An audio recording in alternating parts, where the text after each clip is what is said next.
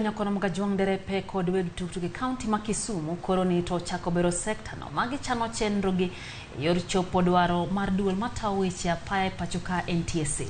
Ne gitwak ewi thoth midhiero magi kalo e kinde tijegi, nengo mamalo magi chule seche magi kao hola magi nyiewo tuk giwegi kabende ne gichiwo siem ne kembe mag hola ma osebedo ka thiro dongruok magi. Kane gitwak e boma ma Kisumu, Derepe kachiel giwegi tuk ne chano kao okang ne jopuonjre moko mawuok e skunde sekondar mayudre alwora mar Kisumu madiere ma koro osedonjore gi riembo tuk maonge lesen.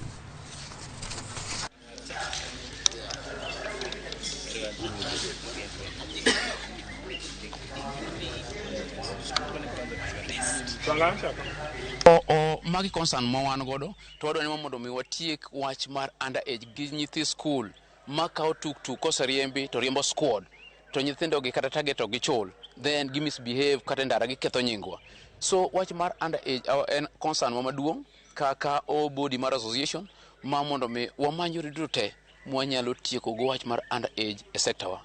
Wasebedo kwa tiyo to kochakre kawuono sekta dhi bedo maber nikech kata sani kiringo e town kanyo ibono ga tuk moko nigi namba manyiso kuma ochung'ie ma kata kaporo kama gimoro dong' iye kanyo tinyalo mako namba no ting'e kuma tuk ni dhi yude.